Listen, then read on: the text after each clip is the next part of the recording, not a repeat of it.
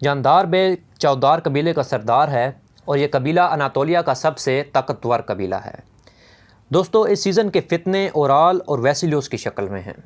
اورال نہایت ہی لالچی شخص ہے اور یہ کچھ ہی پیسوں کے لیے اپنی بہن کی عزت بھی بیچ دیتا ہے، اور جلد ہی اس کے اختلافات ارطغرل سے بڑھنے لگتے ہیں۔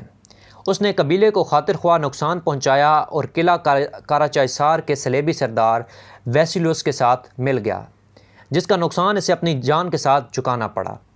دوستو، سیزن 1 کے بعد ارطغرل کی کامیابیوں کا سلسلہ نہ تھم سکا، بلکہ یہ سلسلہ بڑھتا ہی چلا گیا۔ ارطغرل نے ہانلی بازار فتح کیا اور وہاں حق اور ایمانداری کا نظام رائج کیا۔ دوستو، یہ سب آسان نہ تھا۔ ان سب واقعات کے دوران ارطغرل کتنی ہی دفعہ اپنی جان دیتے دیتے بچا۔ اس سیزن میں سلطان علاؤالدین، جو کہ ارطغرل کی جوان مردی سے بے حد متاثر تھا، اس نے ارطغرل سے ملنے کا فیصلہ کیا، مگر ویسیلیوس سلطان کو پہلے سے ہی مار دینا چاہتا تھا۔ اس بات کا ارطغرل کو پتہ لگنا ہی تھا کہ ارطغرل نے ضروری اقدامات کیے اور سلطان کو بچا لیا۔ ویسیلیوس کا کام تمام ہو گیا اور ارطغرل سلطان کے لیے اور قیمتی ہیرا ثابت ہوا۔ اس نے ارطغرل کو وہاں کے قبیلوں کا سردار بنا دیا اور اپنے ساتھ جنگ پر آنے کی دعوت بھی دی۔ ارطغرل نے وہ دعوت قبول کی، مگر اسی دوران ان پر حملہ ہو گیا اور ارطغرل دوبارہ قیدی بنا لیا گیا۔ دوستو، سیزن 4 کے شروع ہی میں یہ بات قبیلے میں پھیل جاتی ہے کہ ارطغرل مر چکا ہے۔ اب کائی قبیلہ پہلے سے کافی بڑا اور طاقتور ہو چکا تھا اور اس کا سردار دندار بے تھا۔ اس نے ہانلی بازار کو بیچنے کی کوشش کی، مگر عین وقت ارطغرل پہنچ گیا اور معاہدہ ختم کر دیا۔ اس واقعے کے کچھ ہی عرصے بعد ارطغرل نے قلعہ کاراچائسار بھی فتح کر لیا۔ اب اس کا رخ صرف امیر ساداتین کوپیک کی طرف ہوتا ہے، جو اپنی مکاریوں کی وجہ سے سلطنت کو کھوکھلا کرنا چاہتا ہے اور خود نیا سلطان بننا چاہتا ہے۔ اس وقت سلطان غیاث الدین، جو کہ علاؤالدین کا بیٹا تھا، تخت نشین ہو چکا تھا۔ ارطغرل کافی دفعہ ساداتین کوپیک کی اصلیت غیاث الدین کو دکھانا چاہتا تھا، مگر وہ ناکام ٹھہرا۔ اس جرم میں ارطغرل کو موت کی سزا دی جاتی ہے، پر اس وقت ابن العربی آتے ہیں اور ارطغرل کی صفائی پیش کرتے ہیں۔ ارطغرل کو گورنری سے ہٹا دیا جاتا ہے اور بعد میں سلطان خود ارطغرل کو بلا کر اس سے حقیقت دریافت کرتا ہے۔ گنلاب بے کو قلعہ کاراچائسار کا گورنر بنا دیا جاتا ہے، جو کہ ساداتین کا منہ بولا بیٹا تھا۔ ارطغرل گنلاب کو ساداتین کی اصلیت بتانا چاہتا ہے، لیکن وہ کچھ سننے کو تیار نہیں رہتا۔ اب ساداتین تقریباً سلطان بن چکا ہوتا ہے، لیکن ارطغرل ساداتین کو خیمے ہی میں قتل کر دیتا ہے۔ سلجوقی سلطنت بہت کمزور پڑ چکی ہوتی ہے۔ اسی دوران باجو نویان، جو سیزن 2 میں تقریباً مر چکا ہوتا ہے، وہ دوبارہ سلجوقی سلطنت کو ڈرانے دھمکانے پہنچ جاتا ہے اور اس کا حساب اپنی بہن النگویا کی موت سے دیتا ہے۔ اس سیزن میں حلیمہ سلطان کے ہاں عثمان پیدا ہوتا ہے، جس نے سلطنت عثمانیہ کی بنیاد رکھی۔ اسی کے ساتھ حلیمہ سلطان کی موت کا واقعہ بھی دکھایا جاتا ہے اور ارطغرل اپنے 3 بیٹوں سمیت سوگوت ہجرت کرتا ہے۔ تو سیزن 5 تک تقریباً سلجوق سلطنت کا خاتمہ ہو چکا ہوتا ہے۔ اب تمام قبائل منگول سلطنت کے تابع ہوتے ہیں۔ کائی اس وقت سوگوت میں اپنی دھاک بٹھا چکے ہوتے ہیں اور یہاں عمر گولو نامی قبیلہ، جو منگولوں کی طرف سے ٹیکس انچارج ہوتے ہیں، اس قبیلے کا سردار عمر بے مارا جاتا ہے، جس کا الزام ارطغرل کے بیٹے گندوز بے پہ لگ جاتا ہے۔ اس کی بیٹی البغائے اور بے بولد ارطغرل کے سخت خلاف ہو جاتے ہیں۔ اسی بیچ گندوز الب صلیبیوں کے ایک قلعے میں پھنس جاتا ہے، جس کا گورنر ڈراگوس تھا۔ یہ ایک نہایت ہی فریبی اور مطلب پرست آدمی تھا۔ ارطغرل سمیت کافی لوگوں نے گندوز الب کی قیمت لگائی، پر ارطغرل گندوز کو لے جانے میں کامیاب رہا۔ بعد میں اس کی سچائی بھی افشاں ہو گئی۔ ابھی صورتحال ٹھیک نہ ہوئی تھی کہ مزید خراب ہو گئی۔ بے بولد غدار ثابت ہوا اور یہ باقی کائی قبیلہ، جو سیزن 2 میں پیچھے رہ گیا تھا، اس سمیت سارے آغوز قبائل کا تقریباً خاتمہ کر چکا تھا۔ ارطغرل کے تمام دشمن بڑھتے جا رہے تھے۔ ڈراگوس، جو سوگوت میں فتنہ فساد کی جڑ تھا، ارطغرل کی کافی چالوں سے بچ چکا تھا۔ اس کی اصلیت اب افشاں ہو چکی تھی۔ ارطغرل اسے سوگوت کے عین چوراہے پر قتل کرتا ہے۔ اسی سیزن میں ایک دشمن ختم ہوتا ہے تو دوسرا پیدا ہو جاتا ہے اوکتائی خان کے بیٹے ہلاکو خان جو کہ اب ان علاقوں کا سربراہ تھا، اس نے کمانڈر النچاک کو سلجوقی سلطان غیاث الدین کے کاوس کو تلاش کرنے کا حکم دیا۔ اسی دوران وہ کائی قبیلے پہنچ جاتا ہے اور وہاں اپنے منگول طرز پر سب کو بندی بنا لیتا ہے۔ ان سب میں ارطغرل اپنے سلطان کو بچا لیتا ہے اور الزام برقے خان جو کہ ہلاکو خان کا مخالف اور کزن تھا اس پر لگا دیتا ہے۔ النچاک ارطغرل کا بدترین دشمن بن کر ابھرتا ہے اور بیبول جس کی شناخت ابھی ظاہر نہیں ہوتی مل کر ارطغرل پر حملہ کرتے ہیں، مگر اس دوران النچاک مارا جاتا ہے۔ کیونکہ النچاک ہلاکو خان کا ایک اہم نمائندہ تھا تو ارطغرل کو لگا کہ اب وہ اکیلا منگولوں کا مقابلہ نہ کر پائے گا، اس لیے وہ برقے خان کے پاس امداد لینے پہنچ جاتا ہے، پر وہاں برقے خان ارطغرل کے کافی خلاف ہو جاتا ہے۔ یہ ایک الگ جزیرہ دکھائی دیتا ہے اور یہاں بیبول یعنی الباستی ارطغرل کے ایک اور خطرناک دشمن آرک بوئکا کے ساتھ مل کر ارطغرل کی زندگی کی آخری گھات کا منصوبہ تیار کرتا ہے۔ اسی دوران ارطغرل برقے خان کے ایک غدار دشمن کو پکڑ لیتا ہے اور برقے خان کے حوالے کر دیتا ہے۔ اب وہ برقے خان کا اعتماد جیت لیتا ہے، پر واپسی کے دوران اس پر گھات لگا کر حملہ کر دیا جاتا ہے۔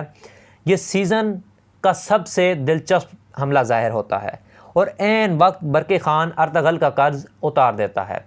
اب ارطغرل واپس آ جاتا ہے اور البغائے سے شادی کر لیتا ہے۔ اس کے ساتھ عثمان جو کہ ارطغرل کا جانشین تھا وہ کائی پرچم لہراتے ہوئے اپنے باپ سے بہتر بننے کا عہد کرتا ہے اور دیرلس ارطغرل کی یہ سیریز اختتام کو پہنچتی ہے۔